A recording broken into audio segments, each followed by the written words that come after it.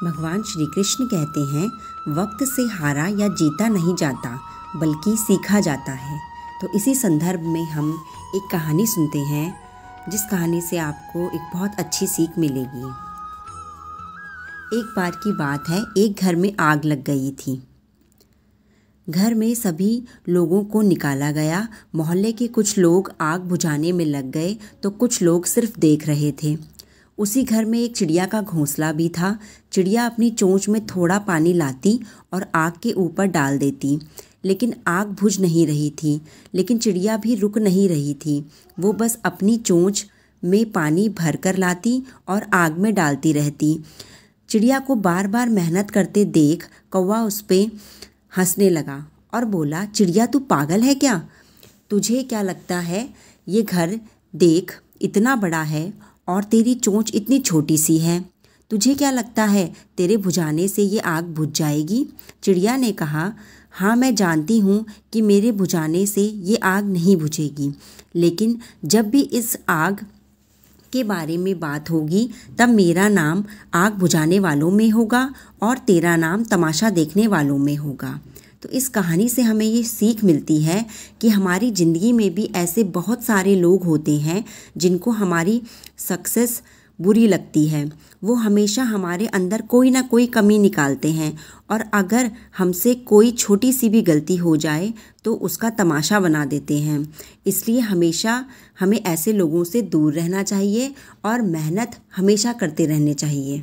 कभी भी ये नहीं देखना चाहिए कि जो आज हमने मेहनत की वो कम है या ज़्यादा है, क्योंकि हमें भी पता है और सभी को ये बात पता है कि मेहनत का फल हमेशा मीठा ही होता है और बूंद बूंद से घड़ा भरता है। थोड़ी थोड़ी मेहनत जब आप आज करेंगे तो धीरे धीरे करके आप अपनी मंजिल की ओर बढ़ रहे हैं, कभी भी मंजिल से दूर नहीं जा रहे हैं। मेहनत नहीं करेंगे तो आपकी मंजिल आपसे दूर चली जाएगी। तो इसलिए चिड़िया से ये सीखते हुए हमें ये सीखना चाहिए कि चाहे मेहनत थोड़ी हो, चाहे हमें टाइम 1 घंटा मिले 2 घंटा मिले, लेकिन हमें अपने मंजिल के लिए अपने टाइम को ज़रूर निकालना चाहिए। तो नमस्कार दोस्तों, आप सभी का स्वागत है मेरे इस चैनल में।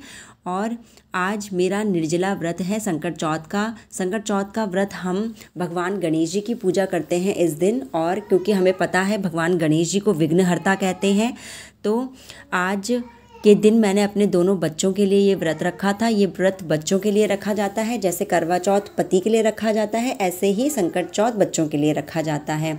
तो चाहे व्रत हो चाहे कुछ भी हो, एक जो हाउसवाइफ होती है वो हमेशा अपने काम में लगी रहती है। उसे कोई फ़र्क नहीं पड़ता कि आज उसका व्रत है या नहीं है, काम ज़्यादा है कम है, वो हमेशा पूरा जो घर है उसकी जिम्मेदारियां निभाती है। तो वैसा ही आज मेरे साथ भी था। भले ही मेरा आज निर्जला व्रत था, पानी अन्न कुछ भी नहीं खाना था, फिर भी मैंने अपने घर के सारे कामकाज किए, बच्चों को खाना पीना खिलाया। और खाना पीना खिलाने के बाद जब मेरा छोटा बेटा सो गया था तो मैं अपनी बेटी को काम दिया।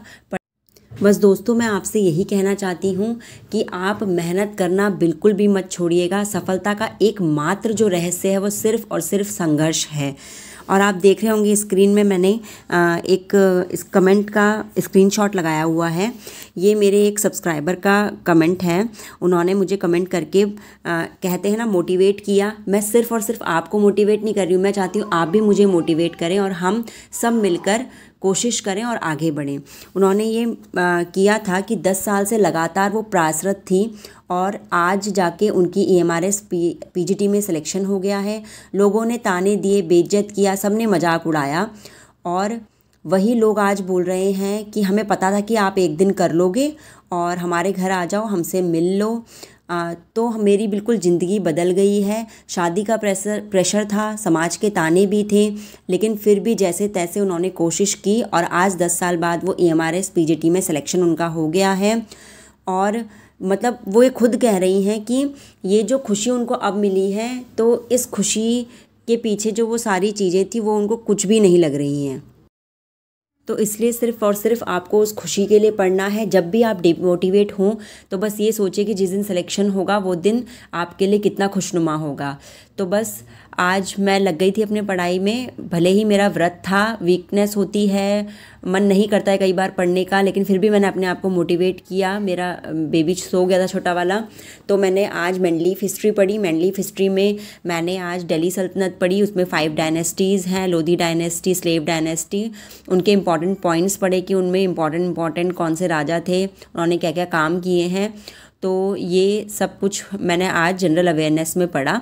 तो जनरल अवेयरनेस के इंपॉर्टेंट टॉपिक्स ही आपको करने हैं और मैं आपको बताती रहती हूँ कि कौन से दिन में कौन सा टॉपिक कर रही हूँ। और भी अगर आपको कोई भी क्वेश्चंस होंगे तो आप कमेंट सेक्शन में लिख सकते हैं। और आपको मेहनत करनी ही पड़ेगी, आज नहीं करनी पड़ेगी तो कल करनी पड़ेगी, क्योंकि जो जीवन जीने का जो हमारा संघर्ष है ना, वो हमें कभी ना कभी करना ही पड़ता है। अगर आज हम नहीं करेंगे तो हमें कल करना पड़ेगा। अगर आज हम अच्छे से मेहनत कर लेंगे तो कल हमारा बहुत सुधर जाएगा। तो अगर हम शादी से पहले अच्छे से मेहनत कर लेते हैं तो शादी के बाद हम आराम से रहते हैं। हम पहले नहीं कर पाए तो हमें शादी के बाद करनी पड़ती है, क्योंकि ये हमारे जो नियम है, ये संसार का नियम ही है कि बिना संघर्ष के आपको कुछ भी नहीं मिलेगा। संघर्ष तो आपको करना पड़ेगा, चाहे आप आज करें चाहे कल करें। तो इसलिए कभी भी कल नहीं आएगा। आप सोचेंगे कि मैं अगले साल पढ़ लूँगी, अभी मेरा बच्चा छोटा है या मेरी अभी नई नई शादी हुई है तो मैं भी एंजॉय कर लेती हूँ, मैं 1 साल बाद पढ़ लूँगी या 6 महीने बाद पढ़ लूँगी। देखिए, कल कभी नहीं आता है, ये टाइम आपका यूं ही निकल जाएगा। और फिर जब कुछ सालों बाद आप देखेंगे पीछे मुड़ के तो आप सोचेंगे काश मैं उस टाइम पे पढ़ ली होती। तो इसलिए अपने टाइम को बिल्कुल भी वेस्ट मत कीजिए। अगर आपको लगता है कि अभी आपके पास टाइम है तो राइट टाइम हमेशा अभी होता है, कल कभी भी कोई राइट टाइम नहीं होता है। इसलिए चाहे कुछ भी हो जाए, अभी और इसी वक्त आपका राइट टाइम है। 2024 में इतनी सारी वैकेंसीज़ आने वाली हैं कि आप आराम से कोई ना कोई टारगेट अपना फिक्स करके अचीव कर सकते हैं। अभी बीपीएससी के भी फॉर्म आएंगे, उत्तराखंड एलटी के फॉर्म आएंगे, डीएसएसबी के फॉर्म आए हुए हैं, पीजीटी के, टीजीटी के आने वाले हैं। और इसी तरीके से बहुत सारे डिफरेंट स्टेट्स में, क्योंकि इलेक्शन होने वाला है तो बहुत सारे फॉर्म्स आएंगे। इसलिए बस मैं आपसे यही गुजारिश करूंगी कि पढ़ना शुरू कर दीजिए। आपके पास 3 to 4 मंथ्स का टाइम है किसी भी एग्ज़ाम के लिए, क्योंकि इलेक्शन के बाद ही मोस्टली सारे एग्ज़ाम्स होंगे। और इलेक्शन होने के प्रोसेस में पूरे अभी आप लगा लीजिए 3 to 4 मंथ्स आपके पास हैं। अगर आप मेहनत करेंगे अभी से तो आप ज़रूर सक्सेस होंगे। बस इसी तैयारी के साथ भी मैं अपनी तैयारियों में लगी रहती हूँ। मुझे पता है टाइम नहीं मिलता है, मुझे भी बहुत मुश्किल से मिलता है, लेकिन मुझे पता है कि अगर मैं आज मेहनत कर लूँगी ना तो मैं अपना कल सुधार लूँगी और कल मुझे ज़्यादा मेहनत नहीं करनी पड़ेगी। जब मैं एक गवर्नमेंट टीचर बन जाऊँगी तो मैं अपना और अपने बच्चों का भविष्य सुधार लूँगी और उसके बाद मुझे इतनी मेहनत नहीं करनी पड़ेगी, केवल स्कूल में जाके पढ़ाना ही तो होगा। तो बस वही है कि उस जो कल मुझे स्ट्रगल करनी पड़े उसकी बजाय हम आज स्ट्रगल कर लेते हैं, और वो जो खुशी हमें मिलेगी उसके लिए हमें आज स्ट्रगल करनी ही पड़ेगी। बस मेरी यही गुजारिश है आप सभी से कि आप सभी बस कोशिश करते रहिए, हार कभी भी नहीं माननी है। अगर आपको कोई भी प्रॉब्लम होती है तो आप अपने हस्बैंड से या अपनी मदर से, फादर से, फ्रेंड से डिस्कस कीजिए। हमेशा डिस्कस करने से ही सॉल्यूशन मिलता है और आप अपने प्रॉब्लम का सॉल्यूशन खुद ही निकाल पाएंगे। उसके साथ ही कभी भी लोगों की मत सुनिए, लोग आपको डिमोटिवेट करेंगे ही करेंगे, क्योंकि जो भी लोग ऐसा कहेंगे कि अभी नहीं अगले साल पढ़ लेना, या फिर अभी टाइम नहीं है, अभी ऐसा है वैसा है, क्योंकि वो चाहते ही नहीं हैं कि आप किसी अच्छे पद पे जाएं, इसलिए वो ऐसा बोल रहे हैं। देखिए, आपने हमेशा देखा होगा कि आपकी मम्मी कभी ये नहीं बोलेगी आपको कि आप कल पढ़ना, परसों पढ़ना या 1 साल बाद तैयारी करना। वो बोलेगी कि अभी पढ़ो, अभी पढ़ो, मैं तुम्हें उठा रही हूँ, मैं तुम्हें खाना बना के दूंगी, ऐसा करूँगी वैसा करूँगी। क्यों? क्योंकि माँ से ज़्यादा आपका भला कोई चाहता ही नहीं है। जो आपका भला चाहता होगा वो आपको कभी भी डिमोटिवेट नहीं करेगा या मना नहीं करेगा आपको मेहनत करने से। मेहनत करने के लिए हमेशा आपको सपोर्ट करेगा।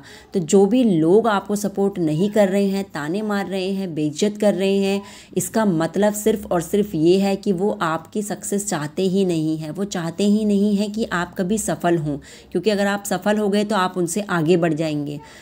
और ऐसे लोगों से आप हमेशा दूर रहिएगा। अगर आपको लगता है कि ये लोग मुझे सपोर्ट नहीं कर रहे हैं, दैट मीन्स आपके वो हित में नहीं है, उनसे आप दूरी बना के रखिए और उनके थॉट्स को अपने ऊपर हावी मत होने दीजिए।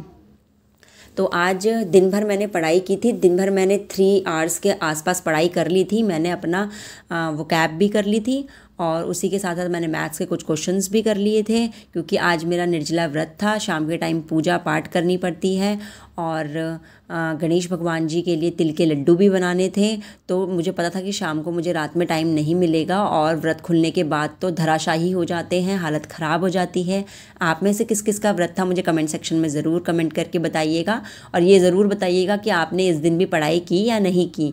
तो इसलिए मैंने दिन में काफ़ी अच्छे से जितना भी मुझसे हो सका, मैंने तीनों सब्जेक्ट जो मेरे मेन फोकस है अभी, जनरल अवेयरनेस, इंग्लिश और मैथ्स, ये तीनों की पढ़ाई मैंने आज दिन में ही कर ली जैसे तैसे टाइम निकाल के। और फिर रात में मैं भगवान गणेश जी के लिए तिल के लड्डू बनाए और एक चूहा भी बनाया जैसे तैसे मुझसे हो सका, क्योंकि मेरी सास जी ने मुझे बताया हुआ था हम ऐसे ही बनाते हैं। तो मैंने तिल के लड्डू और एक चूहा बनाया था। और उसके बाद रात में मैंने पूरी खाने की प्रिपरेशन कर ली थी। गाजर का हलवा बनाया था, खीर बनाई थी, पूरी बनाई थी और चने की दाल बनाई थी। और भगवान जी को भोग लगाने के बाद तैयार व्यार साड़ी पहन के मैं हो गई थी, क्योंकि ये जो व्रत होते हैं ना, जो साल में एक बार आते हैं, तो उसमें आप अच्छे से तैयार होकर पूजा करें तो आपको बहुत अच्छा लगता है, क्योंकि ये रोज़ रोज़ नहीं आते हैं ये दिन। तो इसलिए मैंने भगवान से प्रार्थना की कि भगवान हमारे बच्चों को सुखी रखिएगा, बिल्कुल निरोग रखिएगा। और मैं बस यही चाहती हूँ कि आप सभी के बच्चों को, जो भी यहाँ पे माएँ देख रही हैं, भगवान विघ्नहर्ता जो गणेश जी हैं, वो सभी के बच्चों को तंदुरुस्त रखे, हैप्पी रखे, खुश रखे, स्वस्थ रखे। बस मेरी यही मनोकामना है। और इस साल हमारी मनोकामना भी पूर्ण करें कि हम लोग सफल हों गवर्नमेंट जॉब पाने के लिए।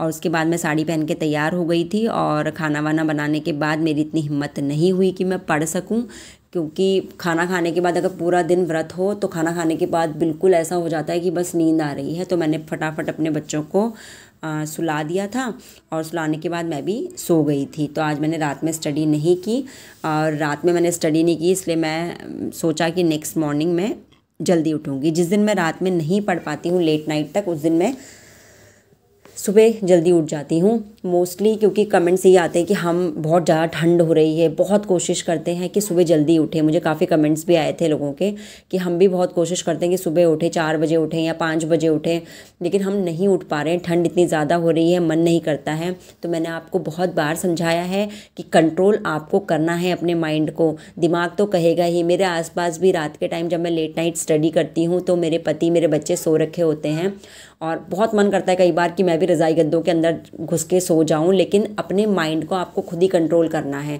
अगर आप अपने दिमाग को कंट्रोल नहीं करेंगे तो आप फिर सफल नहीं हो पाएंगे, क्योंकि दृढ़ निश्चय तो आपको ही बनाना है। मैं आपके घर में आके आपको कंट्रोल नहीं कर सकती, कोई भी नहीं कर सकता। जब तक आपका खुद का मन नहीं होगा पढ़ने का तो कोई आपको ज़बरदस्ती नहीं पढ़ने बैठा सकता है।